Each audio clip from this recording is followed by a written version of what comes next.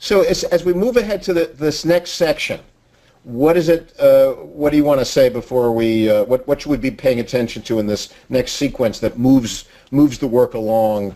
Okay, the next sequence is actually about 8 minutes later. It's not immediate follow-on. She does a lot of stuff in between. She has a dialogue with her husband, I think.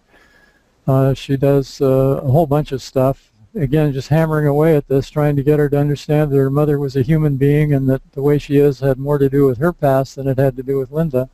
Mm-hmm. But there's fairly close to the beginning of this next sequence, there's a little piece that I want to outline because it's really easy to miss. Okay. All right. She says to Linda, "Get down on your knees to show that you are little." Well, that's a hypnotic command for age regression, to take the point of view of a small child. So as Linda gets down on her knees, and then Virginia says, "Now you've got to ask yourself, if he's such a saint, how come she's such a devil?" And then she brushes it aside with a hand gesture. Linda's dad. Yeah. Yeah, Linda's dad. And if you watch very, very closely, you see Linda's been looking up at Virginia, and then she looks to the side. She blinks 6 times, okay. And then she smiles. Uh-huh. Now, the literal answer to this, how can one be a saint and one be a devil? The answer is it can't be. So she's bringing 2 things together in terms of a contradiction. How can this possibly be? Again, she's trying to humanize them both. She's got her father elevated to sainthood and her mother de-elevated to devilhood. Mm-hmm. And it's a very cute little thing because she gives this very hypnotic command. Number 1, show that you're little, which is a hypnotic age regression. And then she says, how can it be that how can this be possible?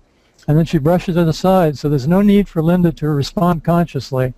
But she's responding unconsciously, and if you look closely, you can see it. And if you don't have this advanced notice, it'd go right past you. Okay, so let's go to it now, and then when we come back, you can underline some things, and we'll keep following the thread here.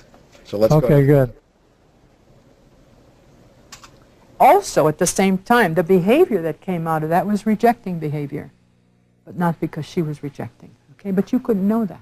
Mm-hmm. When you're a little kid, would you get down on your knees to show that you're little?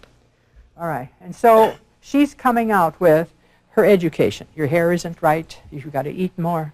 You got the wrong companions. What else is it? Oh, it doesn't matter. You know what it is. No.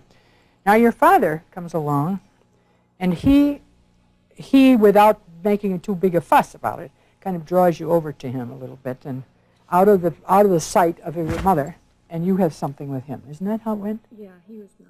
He was nice, yes. Okay. You have to ask yourself, how come, if he's so nice, how come she's such a devil? But that's another question. All right. So at this moment in time, from the time you were very little, with the eyes that you had, you did exactly what you needed to do. Because nobody was around. You didn't come to the seminary yet, So, and neither did your mother. Now you're grown up, and it's like you took all of these learnings, and you said, in effect, would you get up now? You said, in effect, my mother did not find me acceptable.